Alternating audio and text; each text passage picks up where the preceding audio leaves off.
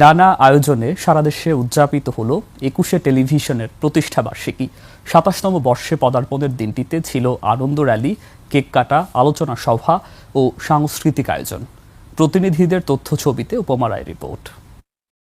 উৎসব মুখর পরিবেশে পালিত হয়েছে ২১শে টেলিভিশনের ২৭ বছরে পদার্পণ। প্রেস ক্লাবে হয় কেক কাটা ও আলোচনা সভা। বের হয় নগরীতে এক বর্ণাঢ্য র্যালি। এ সময় সত্য ও বস্তুনিষ্ঠ সংবাদ পরিবেশনের মাধ্যমে দর্শকদের আস্থা অর্জন করেছে ২১শে টিভি, জানান অতিথিরা।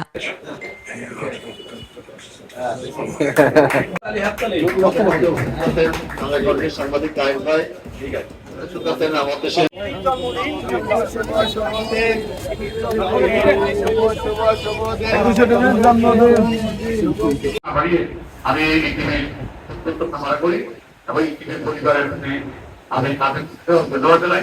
বিশেষ করে নয়ন, আমরা তারপরেও আমি আমরা করেছি সেটা আরো ভালো করতে পারি।